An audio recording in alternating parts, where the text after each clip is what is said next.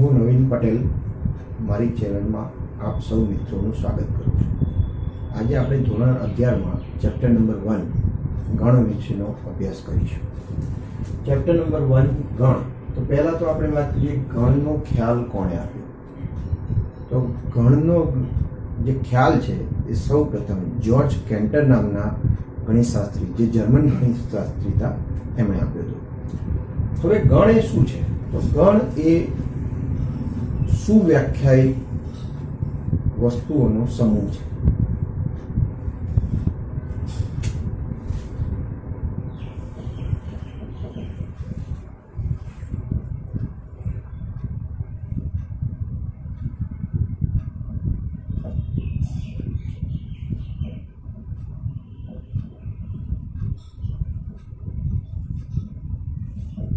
વસ્તુઓ કે ઘટકો પણ આપણે એને કહી શકીએ કે ઘટકોનો કે સભ્યોનો સમૂહ છે.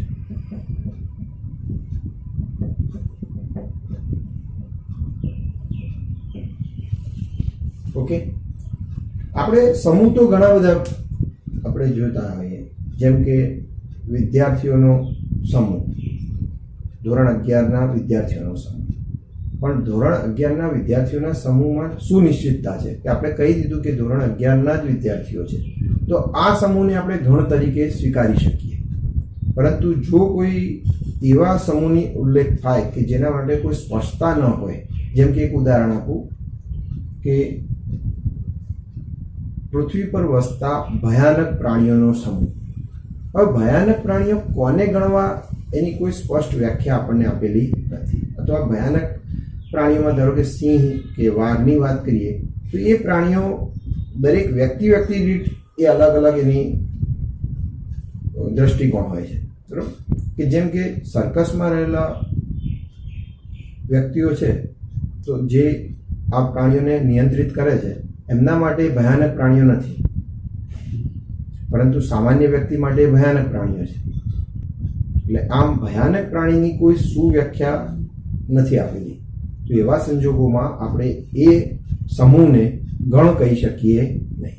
તો આમ ગણ માટે સુવ્યાખ્યાયિત હોવું જોઈએ, કે જેની વ્યાખ્યા સ્પષ્ટ હોવી જોઈએ, બરાબર. અથવા સુનિશ્ચિત કહેશો તો પણ ચાલશે, કે જે પણ સભ્યો આપણે લેવાના છે, જે પણ ઘટકો લેવાના છે, કે પછી જે વસ્તુઓ લેવાની છે, તેના વિશે નિશ્ચિતતા હોવી જોઈએ, આ જ વસ્તુઓ. ત્યારબાદ આપણે હવે ગણ વિશે આગળ ભણીએ, કે જે આપણે થોડું ઘણું ભણ્યા છે ધોરણ 10માં. તો સંખ્યાઓના ગણની વાત કરીએ તો સૌથી પહેલા આપણે એન વિશે તમે ભણ્યા છો. એન એ શું છે? તો કે બધી જ પ્રાકૃતિક સંખ્યાઓનો ગણ, જેને આપણે એન એટલે કે નેચરલ નંબર્સ તરીકે ઓળખીએ છીએ.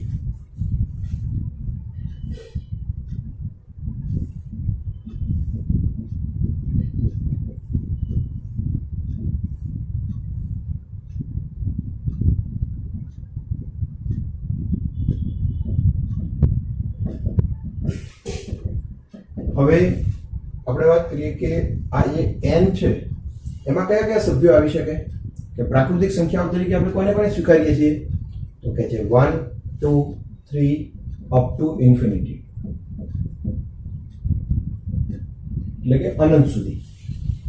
આ સંખ્યા અનંત સુધી આગળ વિસ્તરેલી છે. એવી જ રીતે બીજો ગણ આપણે વાત કરીએ તો કે તમે W પણ લઈ શકો. W એટલે બધી જ પૂર્ણ સંખ્યાઓનો ગણ. પૂર્ણ સંખ્યાઓમાં પ્રાકૃતિક સંખ્યાઓનો તો સમાવેશ થાય છે, પણ સાથે સાથે શૂન્યનો પણ સમાવેશ થાય છે. એટલે કે બધી જ પૂર્ણ સંખ્યાઓના ગણની વાત કરીએ આપણે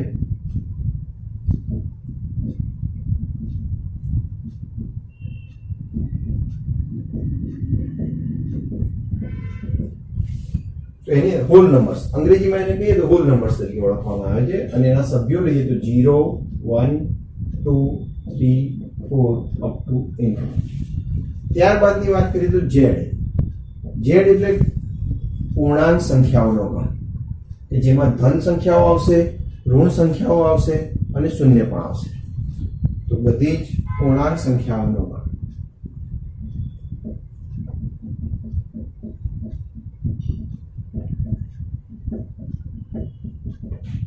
આ પૂર્ણાંક સંખ્યાઓ આપણે સંખ્યા રેખા ઉપર સંખ્યા રેખાઓ જ્યારે ડ્રો કરીએ આપણે ત્યારે એની પર દર્શાવીએ છીએ. એ બધી ધન, ઋણ અને શૂન્ય.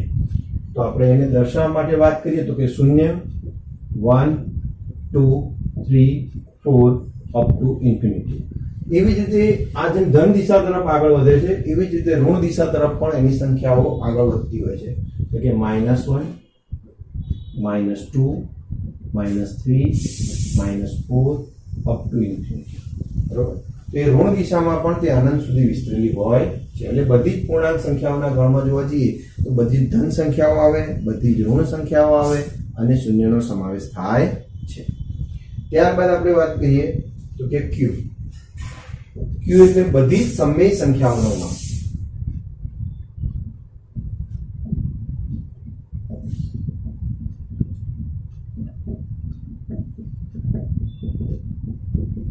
હવે બધી જ જે સમય સંખ્યાઓની વાત કરીએ તો એટલે કે અપૂર્ણાંકો.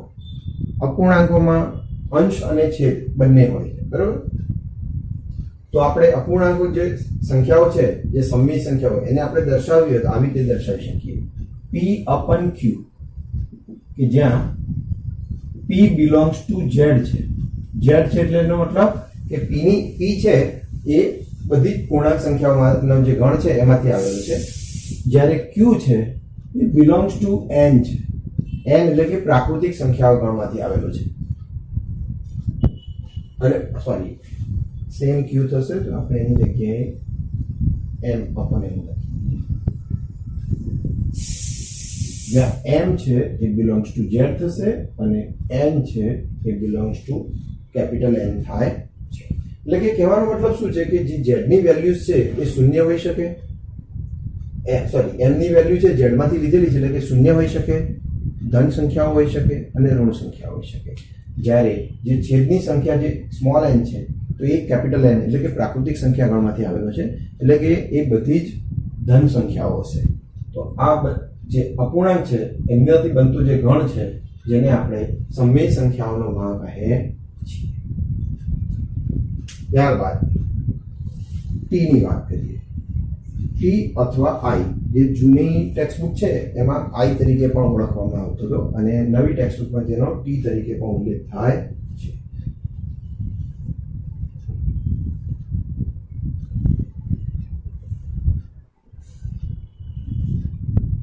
બધી અસમય સંખ્યાઓનો ગણ.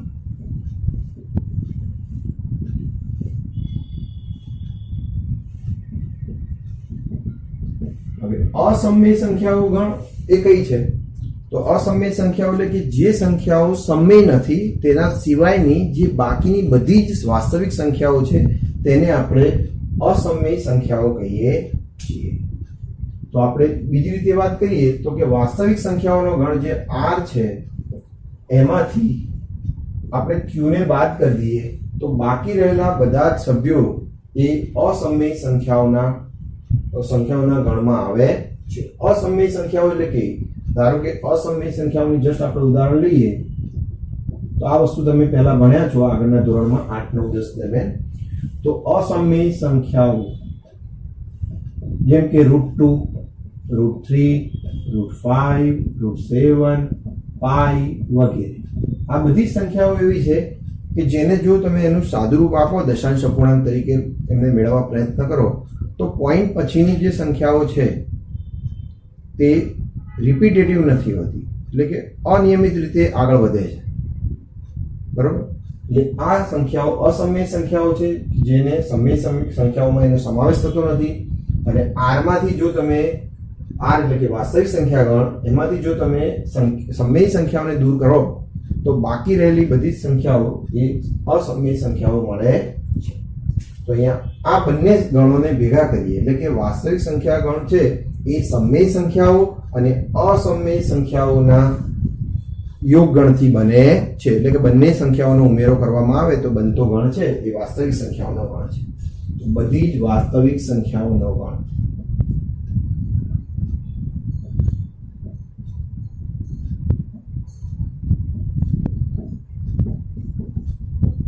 જેને આપણે R કહીએ છીએ. તો R છે એ Q યોગ ગણ T અથવા I, બરોબર, આ બંનેના યોગગણથી આપણને વાસ્તવિક સંખ્યા ગણ મળે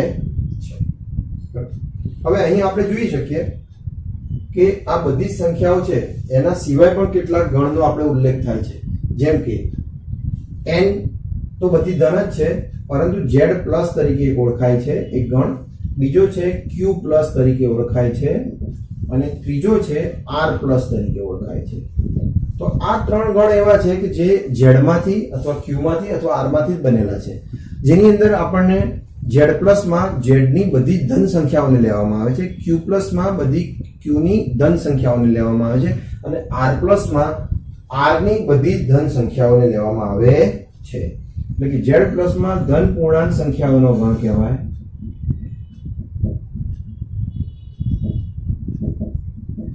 જેના સભ્યો શું થશે? આપણે અહીંયા જાણીએ છીએ કે બધી જ પૂર્ણાંક સંખ્યાઓ છે એમાં ઋણ છે, ધન છે અને શૂન્ય છે. તો આમાં આપણે ધન જ ફક્ત લેવામાં આવે, એટલે કે 1 2 3 4 અપ ટુ ઇન્ફિનિટી. તો આ ધન પૂર્ણાંકોના સંખ્યા જે z પ્લસ છે એ એક્ચ્યુઅલી શું છે? n જ છે, બરાબર, કે જે પ્રાકૃતિક સંખ્યાઓનો ગણ છે. ત્યારબાદ છે q પ્લસ. q પ્લસ એટલે શું? કે બધી જ ધન સમય સંખ્યાઓનો ગણ.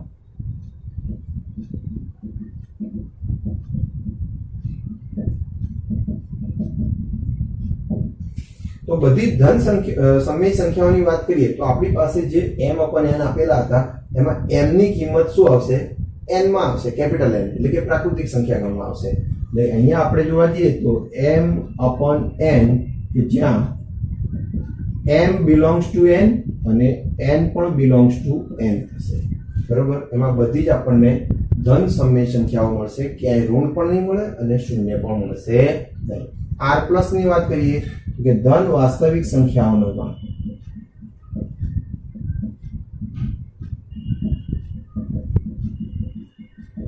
બરોબર, તો એની અંદર બધી જ ધન હશે, કોઈ પણ ઋણ હશે નહીં, બરોબર. તો એ ધન વાસ્તવિક સંખ્યાઓનો ગણ કહેવાય. ત્યારબાદ આપણે વાત કરીએ કે ગણની થોડીક લાક્ષણિકતાની વાત કરીએ કે ગણની અંદર અહીંયા એક બાબત મેં લખી જ દીધી છે કે ગણના જે સભ્યો છે એને ઘટકો તરીકે પણ ઓળખવામાં આવે છે અથવા વસ્તુઓ તરીકે પણ ઓળખવામાં આવે છે. આ બધા જ સમાનાર્થી શબ્દો છે, તેને ઘટક કહો કે સભ્ય કહો કે પછી વસ્તુ કહો. ત્યારબાદ જોઈએ તો આપણે સામાન્ય રીતે ગણને દર્શાવવા માટે કેપિટલ લેટર્સનો યુઝ થાય છે. અંગ્રેજી મૂળાક્ષરના જે મોટા અક્ષરો છે જેને આપણે કેપિટલ લેટર્સ કહીએ છીએ તેનો ઉપયોગ થાય છે.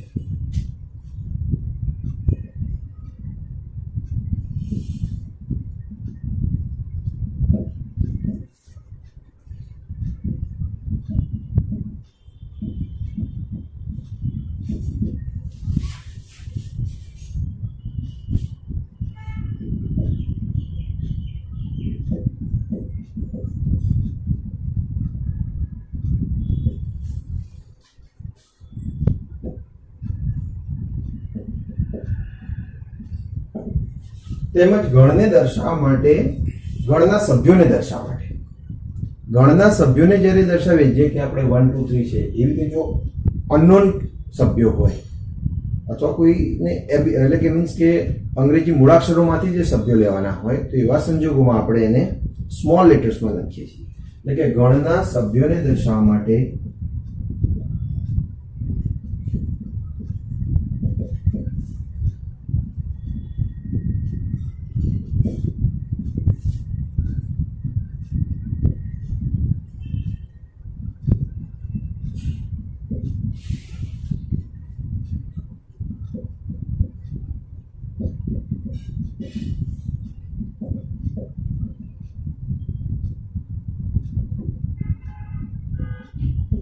જેમ કે આપણે આના બંનેના આપણે ઉદાહરણ લઈએ તો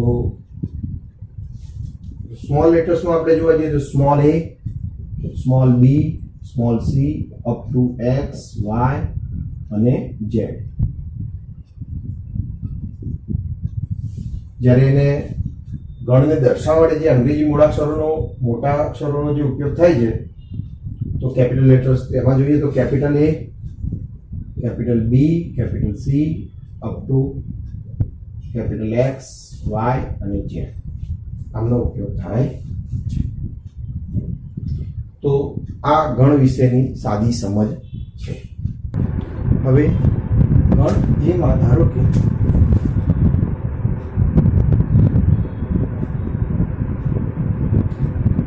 ગણ એ બરાબર small A, E, I, O, you, આ 5 સભ્યો છે ધારો કે આપણે ગણ એની અંદર જે અંગ્રેજી મૂળાક્ષરના સ્વરો છે. હવે ધારો કે આ ગણના જે સભ્યો છે એ ગણમાં સમાયેલા છે કે નહીં તેને દર્શાવવા માટે ચિહ્ન યુઝ થાય છે, જેના વિશે આપણે ભણીશું. અહીં સ્મોલ એ છે એ ગણ એ નો સભ્ય છે.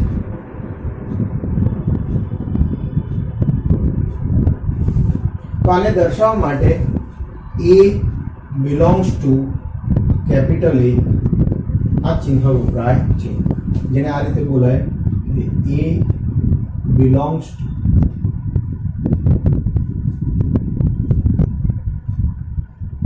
કેપિટલ એ, તો ગણ એ, બરોબર. હવે ધારો કે આની અંદર બી છે એ ગણ એમાં સમાયેલો નથી, તો તેને દર્શાવવા માટે બી does not belongs to capital A. એટલે બી ઘટક છે it does not belongs to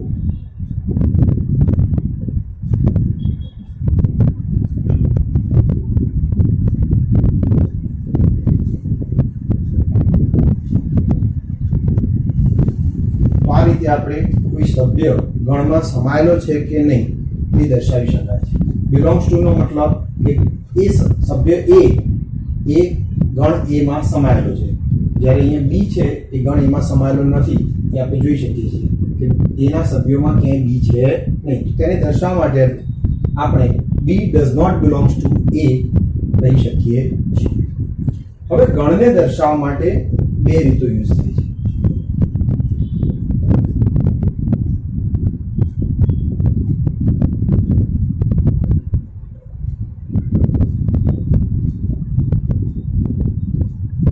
પહેલી રીત છે યાદીની રીત અને બીજી રીત છે ગુણધર્મની રીત. પહેલા આપણે યાદીની રીતે અભ્યાસ કરીએ. તો યાદીની રીતમાં શું હોય છે, તો કે ગણના સભ્યોને એક યાદી આપણે ગણમાં દર્શાવીએ છીએ છગડીયા કૌંસમાં.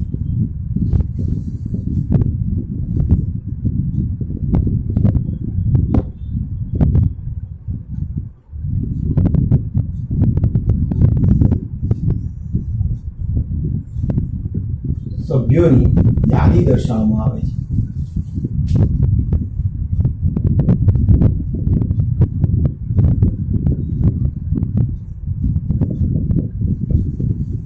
તેમજ સભ્યોની વચ્ચે અલ્પવિરામ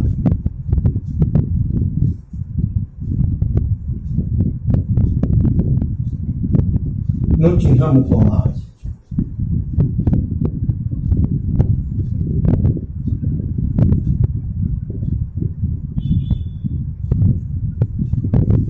તેમજ સભ્યો જે છે એમને છગડીયા કૌંસ અથવા ધનુષ કૌંસની વચ્ચે દર્શાવવામાં આવે છે.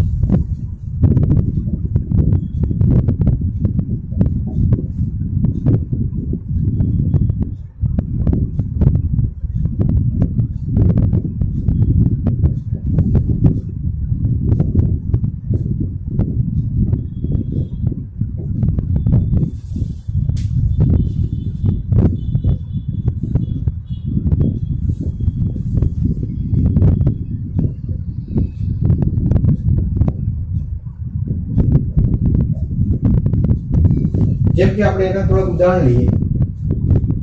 ઉદાહરણ નંબર 1, તો કે A ઇઝ ઇક્વલ ટુ અંગ્રેજી મૂળાક્ષરના પ્રથમ 5 મૂળાક્ષરો. તો આપણે લઈએ તો small a, small b, small c, small d અને સ્મોલ e, કે જે અંગ્રેજી મૂળાક્ષરના પ્રથમ 5 મૂળાક્ષરો છે.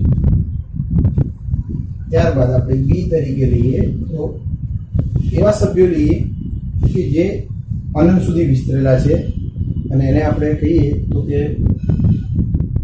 પ્રાકૃતિક સંખ્યાઓ પણ જે યુગ્મ હોય, બરાબર. એટલે કે યુગ્મ હોય તેવી પ્રાકૃતિક સંખ્યાઓ કે 2, 4, 6, 8, 10 અપ ટુ ઇન્ફિનિટી, એટલે કે અનંત સુધી આ વિસ્તરેલી છે, બરાબર.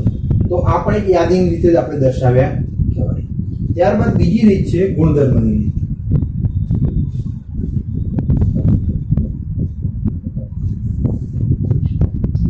આ રીતમાં જે ગણના બધા જ સભ્યોનો કોઈ સામાન્ય ગુણધર્મ દર્શાવવામાં આવે છે.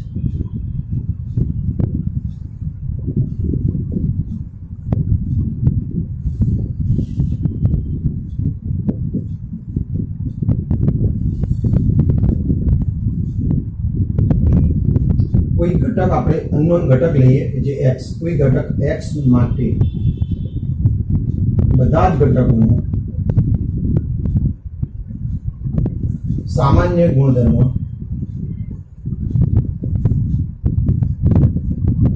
દર્શાવવામાં આવે છે.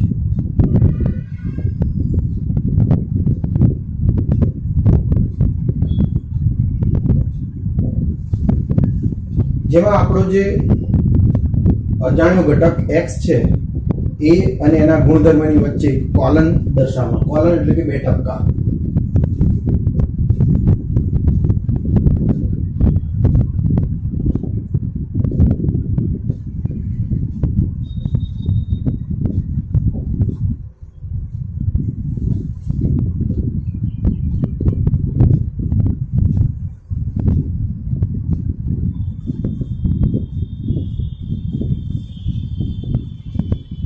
જુદા પાડવામાં આવે છે.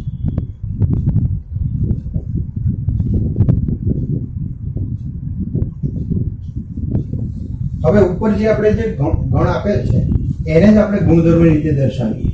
ધારો કે નંબર 1. નંબર 1 માં આપણને એ તરીકે જે ગણ આપ્યો છે એની વાત કરીએ તો કે A B C D E. તો આ બધા જ સભ્યો અંગ્રેજી મૂળાક્ષરના ઘટકો છે. તેમજ એ 5 અક્ષરો છે એટલે પ્રથમ 5 અક્ષરો પણ તમે કહી શકીએ, અથવા F પહેલાના અંગ્રેજી મૂળાક્ષરો એવું પણ આપણે કહી શકીએ. તો જેને આપણે ગુણધર્મ તરીકે દર્શાવવો હોય તો આ રીતે આપણે દર્શાવી શકીએ કે x, કે જ્યાં x એ F પહેલાના અંગ્રેજી મૂળાક્ષરો છે. આ એનો ગુણધર્મ થયો. એવી જ રીતે આપણે b ને દર્શાવવો હોય તો b માં જોઈએ તો 2 4 6 8 10 છે. તો આ બધા અનંત સુધી વિસ્તરેલા છે. તો આ બધી સંખ્યાઓ છે, યુગ્મ સંખ્યાઓ છે અને આ બધી પ્રાકૃતિક સંખ્યાઓ છે. તો એને પણ આપણે ગુણધર્મ રીતે દર્શાવી શકીએ કે x કે જ્યાં x એ યુગ્મ પ્રાકૃતિક સંખ્યાઓ છે.